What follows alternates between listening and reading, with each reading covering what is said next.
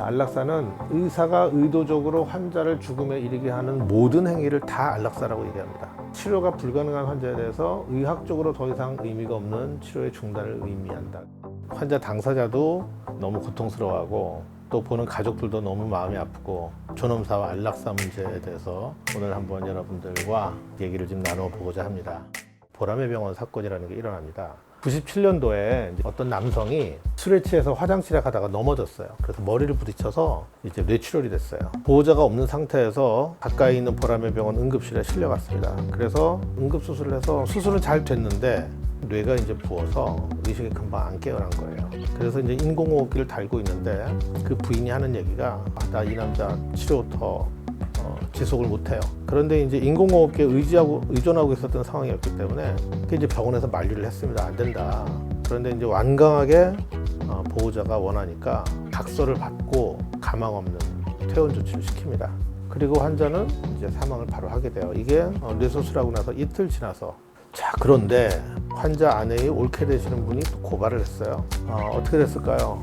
1심 재판부가 아내뿐 아니라 주치의사와 전공의까지 전부 다 살인죄로 판결을 내립니다. 97년 사건이 무려 7년 만에 대법원에 가서 죄명이 살인죄에서 살인방조죄로. 자, 그래서 보람의 병원 사건은 의사가 환자에게 퇴원을 허락했다는 이유로 살인죄로 처벌된 첫 번째 판결이었어요.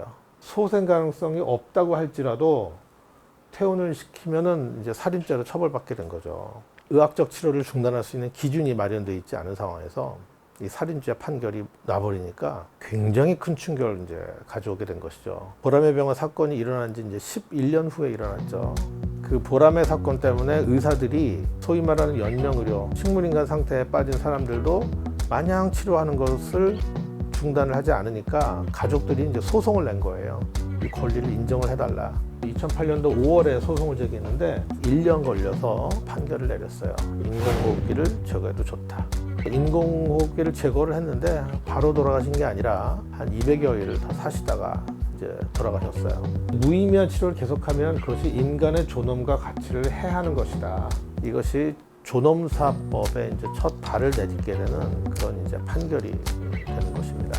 2016년도에 그래서 연명의료법이 만들어졌는데 2018년도부터 이것이 이제 시행이 됐는데 말기는 해당이 안 됩니다. 임종기, 돌아가시는 과정에 있는 분한테만 해당이 되고 첫 번째, 두 번째 본인의 의사를 사전에 반드시 확인이 되어야 되고 그런 게 없다면 직계가족의 전원 동의가 다 있어야지 이게 가능하고 중단할 수 있는 치료가 딱 4가지로 정해졌어요. 심폐소생술, 혈액투석, 항암제 투여, 인공호흡기 착용 딱 4개로. 자, 그래서 이제는 문제점을 살펴보도록 하겠습니다. 이게 제일 큰 문제예요. 말기에서 임종으로 넘어가면 환자의 의식이 희미해져서 의사가 환자와 상의하기가 쉽지가 않아요.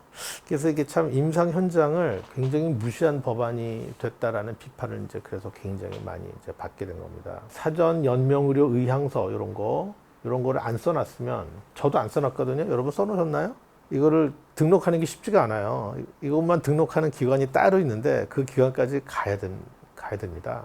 환자가 이런 거 미리 안 써놨으면 방법이 없는 거예요. 그러면 이제 모든 가족의 동의가 있어야 되는데 그 많은 가족 중에서 단 한 명이라도 동의를 안 하면 못 하는 거예요.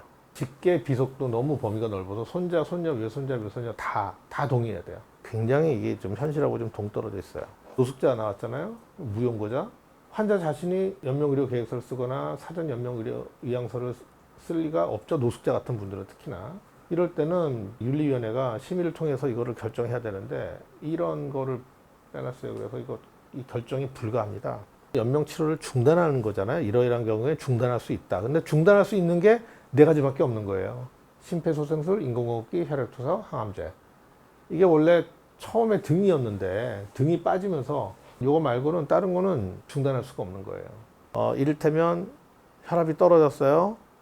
이제는 보내드려야 되는데 혈압이 떨어졌는데 혈압 떨어지는 걸 의사가 가만히 보고 있으면 안 되는 거예요. 인체 바깥에서 심장과 허파의 기능을 대신해 주는 거를 에크모라고 얘기합니다. 이 에크모도 하다가 이분 가망 없다 그러면 중단해야 되잖아요. 그런 것도 여기에 빠져 있어요. 뇌사 상태, 식물인간 이 환자들이 이제 대상에서 빠져 있죠. 1999년도에 있었던 일입니다. 38세 여자 환자가 있었습니다. 굉장히 안타깝게도 말기 폐암 환자였어요.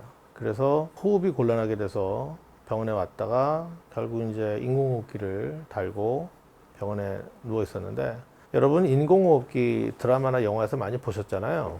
성대를 통해서 들어가는데 바발이나 물 조금 들어가서 살에 걸려도 막 재채기 나오는 데거든요. 거기다가 이렇게 굵은 튜브를 쭉 갖다 놓으면은 굉장히 괴로워요. 인공호흡을 해야 되니까 자가호흡이 안 되도록 의사들이 약을 줍니다. 그러면 내 의식이 멀쩡하면 그게 얼마나 괴로울지 여러분 상상 한번 해보세요. 정말 많이 괴롭습니다. 괴로우면 막 환자분들이 이거를 자기가 스스로 튜브를 뽑기도 하거든요. 그러니까 환자분이 그렇게 2번을 뺀 거예요. 그리고 3번째 뺐을 때 연락을 받고 달려갔죠. 수첩을 달라고 그래가지고 제가 줬더니 거기다 뭐라고 썼냐면, 선생님 저 이제 제발 보내주세요, 이렇게 썼어요. 그래서 제가 진정제를 드렸어요. 주무시게.